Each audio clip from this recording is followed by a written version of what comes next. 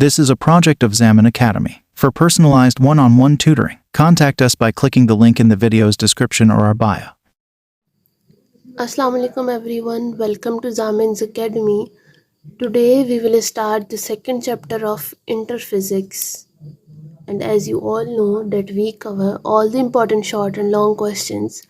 So particularly in this chapter there is no any long question. There are mostly short questions, so let's start. The first question that comes from this chapter is Ohm's law, with a simple question that states Ohm law or explain Ohm's law. So let's just start. This law was given by George Simon Ohm, और इस ohm name पर ही Ohm's law है. ठीक है, इन्होंने हमें current और जो पोटेंशियल डिफरेंस होता है उसके बीच में रिलेशन बताया. He said that current moves in a circuit is directly proportional to the applied potential difference while the physical states remains constant. जब भी करंट मूव कर रहा है किसी भी सर्किट में, ये मैंने एक सर्किट बनाया, ठीक है, तो जो उसका पोटेंशियल डिफरेंस है वो डायरेक्टली प्रोपोर्शनल होगा उस करंट के जो उसके अंदर मूव कर रहा है. लेकिन जो फिजिकल स्टेट्स हैं वो कांस्टेंट होनी चाहिए, यानी जिस टेम्परेचर में ये सर्किट है वो टेम्परेचर सेम रहे, उसके अलावा जितने भी फिजिकल कंडीशंस हो वो कांस्टेंट रहे. मेनली हम टेम्परेचर ही लेते हैं करंट के मामले में, ठीक है, क्योंकि करंट पे टेम्परेचर का बहुत असर होता. उसके बाद अगर हम इसको मैथमेटिकली देखें तो according to his statement potential difference V, सही है, जो भी हमने वोल्टेज अप्लाई किया, is directly proportional to I current. और अब हमें अगर प्रोपोर्शनैलिटी की साइन हटानी है तो हम क्या करेंगे, एक कांस्टेंट करेंगे, तो V will be equal to IR, while R is the proportionality constant called resistance of the circuit. Okay, अगर हमें रेजिस्टेंस फाइंड करनी है तो हम इस I को, यहाँ मल्टीप्लाई हो रहा है, इक्वल के इस साइड ले जाएंगे तो ये डिवाइड हो जाएगा. R is equal to V upon I. Okay, अगर अब कोई भी मटेरियल है जिसका ratio of voltage and current constant रहता है या फिर बिल्कुल माइनर चेंज होता है, लाइक पॉइंट्स में चेंज होता है, 0.0001 चेंज हो रहा है फॉर एग्जांपल, सही है, तो इसको हम कांस्टेंट ही कंसीडर करते हैं. तो ऐसे जो मटेरियल्स होते हैं उन मटेरियल्स को हम कहते हैं ओहमिक मटेरियल. अब ये ओहमिक मटेरियल होते हैं, जितने भी गुड कंडक्टर्स हैं वो सारे ओहमिक मटेरियल कहलाते हैं. और अगर इसका हम ग्राफिकल रिप्रेजेंटेशन देखें तो हमने यहाँ पे V ले लिया और ये I ले लिया. रेजिस्टेंस इंक्रीज होगी स्ट्रेट लाइन में, ठीक है, और अगर रेजिस्टेंस जो है वो पहले स्ट्रेट लाइन में इंक्रीज हो रही है, फिर डिक्रीज हो रही है या कांस्टेंट हो रही है, ठीक है, वेरिएशन अगर आ रही है, तो ऐसे मटेरियल्स को हम कहते हैं नॉन ओहमिक मटेरियल. उसके अंदर ये ratio of V upon I constant नहीं होता. और इसकी सिंपल सी एग्जांपल है प्लास्टिक या जितने भी बैड कंडक्टर्स हैं और सेमी कंडक्टर्स हैं. Bad conductor and semi conductors comes in non ohmic material while the good conductors comes in ohmic material. ये एक तरह से आप लोगों का इंपॉर्टेंट MCQs है जो कि पेपर्स में आ सकता है. तो हमारा ओहम्स लॉ हो गया, सिर्फ वो छोटा सा इजी सा ही टॉपिक है. उसके बाद जो हमारा नेक्स्ट क्वेश्चन आता है वो रेजिस्टेंस से रिलेटेड आता है कि रेजिस्टेंस क्या है वो बताएं. जैसे हमने ओहम्स लॉ में भी रेजिस्टेंस का जिक्र किया as a constant. So the hindrance in the flow of current is resistance, एक डेफिनेशन हो गई. और opposition to the motion of electrons due to continuous bumping और collision with atoms is called resistance. जब भी करंट फ्लो करता है तो उसके पाथ में जो भी हिंड्रेंसेस आए, जो भी रुकावटें आए, उसको हम कहते हैं रेजिस्टेंस. हमें पता है कोई भी मटेरियल हो उसके एटम्स हर वक्त वाइब्रेट करते हैं, सही है, तो उन वाइब्रेशन की वजह से जो करंट के यानी फ्री इलेक्ट्रॉन्स हैं वो उन एटम्स के साथ कोलाइड होते हैं, जिसकी वजह से वो थोड़ी बहुत एनर्जी लूज करते हैं और वही उनके पाथ के अंदर हिंड्रेंस है, तो उसको हम कहते हैं रेजिस्टेंस. और रेजिस्टेंस का यूनिट है ओहम, जिसको हम इस तरह से लिखते हैं, ठीक है. अब 1 ओहम को हम डिफाइन कर लेते हैं. If 1 volt is applied to the circuit, जो सर्किट है उसको हमने पोटेंशियल डिफरेंस दिया है 1 volt and the current flowing in the circuit is 1 ampere, जो करंट फ्लो हो रहा है वो 1 एम्पेयर है, तो रेजिस्टेंस विल बी 1 ओहम। ठीक है, ये हमारा रेजिस्टेंस का भी हो गया। बहुत इजी से टॉप आते हैं क्वेश्चंस डेट डिफाइन रेजिस्टेंस, तो हमने रेजिस्टेंस का सिंपल से डेफिनेशन लिख दी, उसको एक्सप्लेन कर दिया और 1 ओहम भी एक्सप्लेन कर दिया। ठीक है, उसके बाद क्वेश्चन आता है resistivity and its dependence on temperature. Question इस तरह से आता है that what is effect of temperature on resistance या फिर और ऑन रेजिस्टिविटी।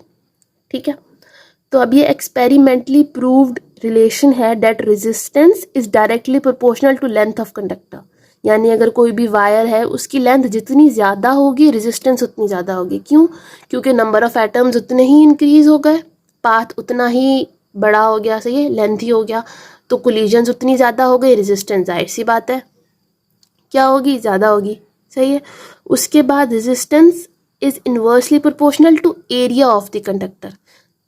अगर जो एरिया है वो कम है तो ऑफ कोर्स जो रास्ता है करंट को मूव करने के लिए वो कम मिल रहा है, अंदर एटम्स भी ज़्यादा है, तो रेजिस्टेंस भी जो है वो कम होगी, इस हिसाब से होता है। ठीक है, तो अगर हम इन दोनों को कंबाइन करके लिख दें resistance is directly proportional to L upon A, resistance की हमें साइन हटानी है तो हम क्या लिखेंगे, रेजिस्टेंस की हमें साइन हटानी है तो हम एक कांस्टेंट डालेंगे, कांस्टेंट हमने डाल दिया रो, इस सिंबल को हम कहते हैं रो।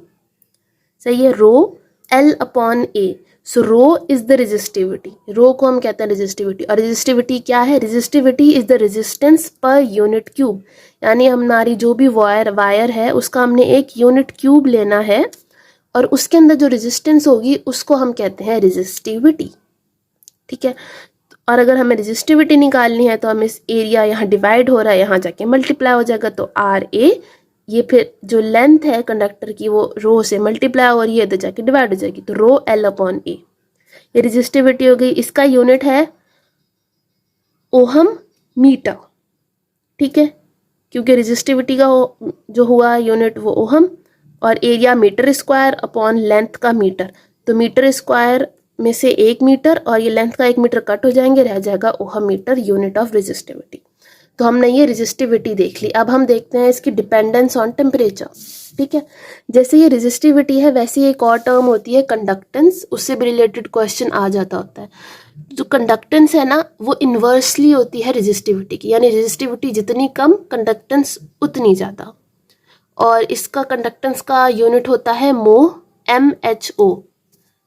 रेजिस्टेंस का था, कंडक्टेंस का है मोह, MOH। इन्वर्सली प्रोपोर्शनल रेजिस्टेंस का ओहम था, ये उसी का ही मतलब उल्टी चीज़ है, इन्वर्स है, तो हम इसका यूनिट भी मोह हो जाता है और जो सिंबल है वो भी इस तरह से टर्न हो जाती है, और इसका एक और यूनिट हम साइमन भी कहते हैं। उस कंडक्टेंस हमने पढ़ लिया रेजिस्टेंस का इन्वर्स, वैसे अब हम कंडक्टिविटी पढ़ेंगे। जब कंडक्टेंस रेजिस्टेंस का इन्वर्स है तो कंडक्टिविटी रेजिस्टिविटी का इन्वर्स होगी, तो 1 अपॉन रो हमने लिख दिया, इसका यूनिट है मोह पर मीटर। ठीक है, अब हम इफेक्ट ऑफ टेम्परेचर देखते हैं। जो रेजिस्टेंस है वो डायरेक्टली प्रोपोर्शनल है टेम्परेचर के। क्यों? क्योंकि देखिए अगर कोई भी वायर है उसका पहले एक सर्टेन टेम्परेचर है तो एक पर्टिकुलर क्या कहते हैं स्पीड से जो एटम्स हैं वो वाइब्रेट कर रहे हैं। ठीक है, अब जब हमने उसको एनर्जी हीट दी, काइनेटिक एनर्जी उनकी इंक्रीज होगी, काइनेटिक एनर्जी इंक्रीज होगी तो जो एटम्स हैं वो उन फास्ट कोलिजन करेंगे। सही है, जब फास्ट कोलिजन करेंगे तो फिर जो फ्री इलेक्ट्रॉन्स हैं उनसे भी ज़्यादा कोलाइड करेंगे, जब ज़्यादा कोलाइड करेंगे तो हिंड्रेंस ज़्यादा होगी, हिंड्रेंस ज़्यादा हुई तो रेजिस्टिविटी ऑटोमेटिकली ज़्यादा हो गई। तो हमने लिख दिया when temperature is increased the number of collisions of free charge carrier यानी इलेक्ट्रॉन्स विथ एटम्स यानी atoms of that conductor increases, so resistance also increases. यहाँ मैंने इंक्रीज नहीं लिखा, लिख देती हूँ इंक्रीजेज। सही है, अब इसका भी अगर हम देख लें ग्राफ, यहाँ हमने रेजिस्टेंस ले ली, यहाँ टेम्परेचर ले लिया, रेजिस्टेंस यूनिफॉर्मली इंक्रीज होती जाएगी जैसे कि टेम्परेचर इंक्रीज हो रहा है। Fractional change of resistance per unit kelvin अब हम देखते हैं, जिसको हम कहते हैं temperature coefficient alpha. It's equal to RT minus R0 upon R0T। RT is resistance of temperature, R0 is resistance at temperature 0 degree या 0 केल्विन कह लें। ठीक है। फिर हमें पता है that resistance is equals to rho L upon A, सही है। तो हम ये रो एल अपॉन ए यहाँ हर जगह लिख देंगे, सही है। तो जो एल अपॉन ए है वो सबके कट हो जाएंगे, तो हमारे पास बचेगा alpha is equals to rho T, ये टी हमने इसके साथ लिखा है rho not and rho not T, ठीक है। ये हमारा resistivity and its dependence on temperature topic भी हो गया। उसके बाद हम अपना नेक्स्ट देखते हैं short question which is electrical power and power dissipation, ठीक है। अब ये देखें, ये एक सर्किट है, ठीक है। करंट मूव हो रहा है फ्रॉम नेगेटिव टू पॉजिटिव, ठीक है। एनर्जी अप्लाई हो रही है और एनर्जी क्या कर रही है, वर्क डन कर रही है। सो हमने देखा energy is equals to work done per unit charge, ठीक है। और एनर्जी बेसिकली सर्किट्स में क्या होती है, पोटेंशियल डिफरेंस V, ये हमारी बैटरी है V, सही है। तो हमने इनको इक्वल कर दिया। अब जब एनर्जी V के इक्वल है तो of course V is work done upon पर यूनिट चार्ज के भी इक्वल होगा, तो हमने ये लिख दिया V is equals to work done per unit charge. हमने यहाँ से वर्क डन निकालना है, इसको हम उधर ले जाएंगे, V is equals to work done is equals to potential difference per unit charge, ये हमारी इक्वेशन 1 बन गई। अब इलेक्ट्रिकल फॉर पावर का, यहाँ नॉर्मल पावर कह लें, उसका फॉर्मूला होता है work done per unit time. यहाँ पे हम पावर इलेक्ट्रिकल पावर है तो हमने इलेक्ट्रिकल पावर लिख दिया। तो वर्क डन का फॉर्मूला क्या है, V इंटू क्यू, यहाँ से यूनिट क्यू, सही है, ये हमने लिख दिया। पर यूनिट टाइम, हमने यूनिट टाइम भी लिख दिया।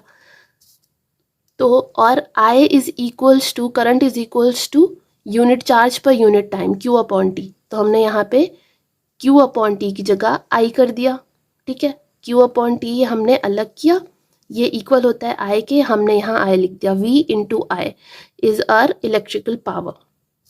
अब देखते हैं, according to law of conservation of energy the electrical power is the one which is dissipated by the resistor. यानी इलेक्ट्रिकल पावर वो है जो कि जब करंट मूव हुआ और इस रेजिस्टेंस में से निकल गई हीट की फॉर्म में, ठीक है। तो इस पावर डेसिपेशन को हम इलेक्ट्रिकल पावर भी कह सकते हैं। तो power dissipation is equals to P into V into I, ये हमने डायरेक्ट लिख दिया, पावर का एक फॉर्मूला मिल गया, सही है। अगर हम फिर ओहम्स लॉ अप्लाई करें यहीं पे, V इंटू आई आर, तो हमने यहाँ V की जगह आई आर लिख दिया, आई आर और ये एक I, तो I स्क्वायर R हो गया, ये पावर का हमें सेकंड फार्मूला मिल गया। उसके बाद अगर हमें पता है I is equals to V upon R, अगर हम I स्क्वायर ले लें तो फिर V square upon R square हो जाएगा। तो हमने ये यहाँ पे पुट कर दिया, P is equals to I square की जगह V square upon R square into R, ये एक R इसके एक R से कट हो जाएगा तो बचेगा V स्क्वायर अपॉन R, सही है। ये हमारे पास पावर के 3 फॉर्मूलाज आ गए। ओके, तो हमारे पास ये पावर के 3 फॉर्मूलाज आ गए। अब अगर हम इनके यूनिट्स देखें, वोल्टेज का वोल्ट एम्पेयर, अगर ये फॉर्मूला इसका यूनिट आ रहा है फॉर्मूला के अकॉर्डिंग वोल्ट एम्पेयर। अगर हम इसका देखें तो एम्पेयर स्क्वायर रेजिस्टेंस का ओहम, अगर हम इसका देखें तो V स्क्वायर है तो वोल्ट स्क्वायर पर ओहम, ठीक है। ये 3 फॉर्मूलाज 3 यूनिट्स हो गए अकॉर्डिंग टू फॉर्मूलाज, और इनकी फिर प्रॉपर डेरिवेशंस होती हैं, जिसके बाद में जो पावर का बेसिक यूनिट निकलता है वो होता है वॉट, ठीक है। हम ये वॉट ही यूज़ करेंगे। तो हमारा ये टॉपिक भी हो गया। उसके बाद नेक्स्ट एक और छोटा सा टॉपिक है इलेक्ट्रोमोटिव फोर्स। ये इस तरह से आता है कि एक क्वेश्चन दिया होता है डिफाइन फॉलोइंग टर्म्स, उसके अंदर 5 से 6 डेफिनेशंस होती हैं, उसमें से हमें कोई 3 करनी होती हैं या सारी की सारी करनी होती हैं। तो उसके अंदर ही आता है कि EMF को डिफ़ाइन करें। तो उसको डिफ़ाइन करने के लिए हम उसकी सिंपल डेफिनेशन लिखेंगे, एक वो बनाएंगे सर्किट जिससे वो एक्सप्लेन हो रहा होगा, उसका फॉर्मूला लिखेंगे और यूनिट लिखेंगे हमारा, जो क्योंकि शॉर्ट क्वेश्चन का भी एक पार्ट होता है तो हमें ये इतना सा ही लिखना होता है, ठीक है। तो अब इलेक्ट्रोमोटिव फोर्स देख लेते हैं। Electromotive force is the electrical energy provided by a cell और battery to the unit positive charge. और हम सर्किट की बात करें तो यहाँ पे जो इलेक्ट्रिकल एनर्जी है वो होगी in the form of work done. तो जो इलेक्ट्रिकल एनर्जी जो प्रोवाइड हो रही है सेल या बैटरी के थ्रू एक यूनिट चार्ज को, वो है इलेक्ट्रोमोटिव फोर्स। पहले हम इसका फॉर्मूला देख लेते हैं, जो क्या होगा E is equals to delta W upon delta U, सही है। और अब अगर हम इसके यूनिट निकालें, delta W is equals to मतलब वर्क डन जूल, और एनर्जी यानी कूलम, सही है। जब ये हो गए joule per coulomb and joule per coulomb is equals to volt. तो हमारा ये एक और शॉर्ट क्वेश्चन भी हो गया। आई होप ये सब आपको समझ आया होगा। अब रिमेनिंग शॉर्ट क्वेश्चंस हम नेक्स्ट वीडियो में करेंगे। अल्लाह हाफिज़। Thank you for watching. Book your free demo lecture now. For more free videos, support us by subscribing to this channel.